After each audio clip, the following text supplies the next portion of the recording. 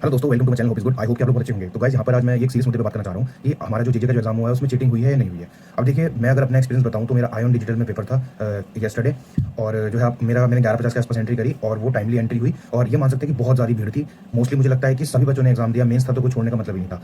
ठीक है, एग्जाम हमारा टाइमली बिल्कुल शुरू हुआ। अभी जो मेरा एग्जाम का रिव्यू है वो भी इसमें बताऊंगा कि क्या क्वेश्चन आए, मेरा पेपर कैसा गया। और उससे पहले जो सीरियस मैटर है ना, जो 2 दिन से सर्कुलेट हो रहा है, वो है चीटिंग का। तो जब मैंने ये चीज़ नोटिस करी है कि आपका जो इनिशियली जब आपका एग्जाम शुरू होता है तब आपको ऐसी कोई चीज़ देखने को नहीं मिलती, पर जब एग्जिट होता है एग्जाम तो वो एक लंबा टाइम टेकिंग प्रोसेस है। वो मेरा ये मानना है कि वो इसलिए है क्योंकि हो सकता है कि जो स्टाफ हो इस बार इनकम्पिटेंट हो, स्टाफ को प्रॉपर तरीके से जल्दी वेरिफिकेशन नहीं करना आता हो, और आपने हर फ्लोर पे जो भी आयन में जिसका एग्जाम पड़ा होगा, चाहे वो कहीं किसी और भी सेंटर में हो, तो बहुत सारे लोग होते हैं। कई बार कुछ बच्चे बैठे रहते हैं, एग्जिट वेरिफिकेशन जो है बाद में करवाते हैं, लोग चिल्लाते रहते हैं। तो ये सारी चीज़ों में टाइम लगता है। ठीक है, और इसी में ही कुछ लोग प्रेडिक्ट करने लगे कि यार ये बंदे बहुत लेट उठ के आ रहे हैं तो इनका एग्जाम लेट खत्म हुआ होगा, या कुछ और भी चीज़ें हैं। तो देखिए, अभी तक ना कोई भी प्रूफ ऐसा कुछ बाहर आया नहीं है, सिर्फ लोगों की बातें हैं कि हाँ एग्जाम में चीटिंग हुई है, मैंने देखा कि उसकी शीट ही नहीं ली थी किसी से। अच्छा, एक बात बताइए, आपको 2 घंटे दिए गए थे। अब 2 घंटे में अगर वो बंदा अगर अपने अपने पास 2.5 घंटे शीट रखता है तो क्या एक्स्ट्रा लिख लेगा। मैं मानता हूँ कि चाहे वो एग्जाम एसपीए का हो या जीजे का हो, टाइम तो मोर देन एनफ था। आपको एक 300 वर्ड का ऐसे लिखना है, जो कि मैं मानता हूँ 35-40 मिनट में आपने लिख लिया होगा। टॉपिक इररिलेवेंट थोड़े बहुत हो सकते हैं, पर जो आपका जो मतलब ऐसा भी नहीं था कि कोई एकदम हाइपोथेटिकल टॉपिक दे दिया हो जो आपको पता नहीं हो कि ऐसा टॉपिक नहीं आएगा। पढ़े लिखे टॉपिक आए थे, बना बना के लोगों ने इसको टाइमली कर लिया। देखिए, कुछ लोग तो ऐसे 1 घंटे में करके बैठ गए थे पेपर को, कुछ लोगों ने थोड़ा टाइम लिया। तो वो हम ऐसे नहीं कह सकते कि वो लोग चीटिंग कर रहे थे। अभी तक देखिए कोई ऐसी चीज सामने नहीं आई है कि लोग मोबाइल लेके अंदर चले गए या मोबाइल से लिख रहे थे। अब देखिए, अब जो ये टीसीएस जो था, टीसीएस की लैब में हमारा एग्जाम हुआ है, चाहे वो सरिता विहार हो या नोएडा में हो। अब लोग इतना मतलब इतने पास पास बच्चे आपस में बैठे हैं, तो ये उनकी बेवकूफ़ी है कि वो लोग आपस में बात कर रहे हैं, और बात करते करते वो कुछ पूछ रहे हैं, और जो बताने वाला बंदा है वो बेवकूफ़ है, क्योंकि ये कंपटीशन है। हो सकता है कि जो वो बताए उसकी वजह से वो रह जाए या वो अगला वाला पास हो जाए। तो बहुत सारी चीजें हैं ऐसी। बात करना आपस में वो चीटिंग नहीं है कि आपस में दो लोग बात करके वो खुद से लिख रहे हैं, वो ऐसे हम उसे जनरल चीटिंग नहीं कह सकते। आपस में कुछ बच्चे बात करें, या ऐसे तो एग्जाम में भी होता है, तो हम इतना इसको हाईलाइट जो है नहीं कर सकते कि चीटिंग हुई है। एग्जाम सेंटर के थ्रू तो कोई चीटिंग मुझे नहीं लगी, क्योंकि मैंने पर्सनली एक्सपीरियंस करा है। मेरा भी एग्जाम था, प्रॉपर एग्जाम दिया, और लगभग मुझे ऐसा लगता है कि मैं आधे घंटे में बाहर आ गया था, और मैं ही नहीं सारे बच्चे बाहर आ गए थे, पूरी पूरी लैब खाली थी, है ना। और तो ये जो और बात है सरिता विहार के सेंटर की, कि जो बच्चे कह रहे हैं कि वहां पर चीटिंग हुई है, वहां पर इस तरह हुआ है, तो देखिए वो जो चीज थी ना, वो पहले वाले दिन देखी गई थी। उसमें क्या है कि बहुत ज्यादा सर्वर इशू था। बहुत लोगों से मेरी बात हुई है, तो केवल एक सर्वर इशू के लिए बहुत लेट हुआ है, बच्चे कुछ लेट एग्जिट वेरिफिकेशन कराए, तो इसलिए चीजें हुई हैं।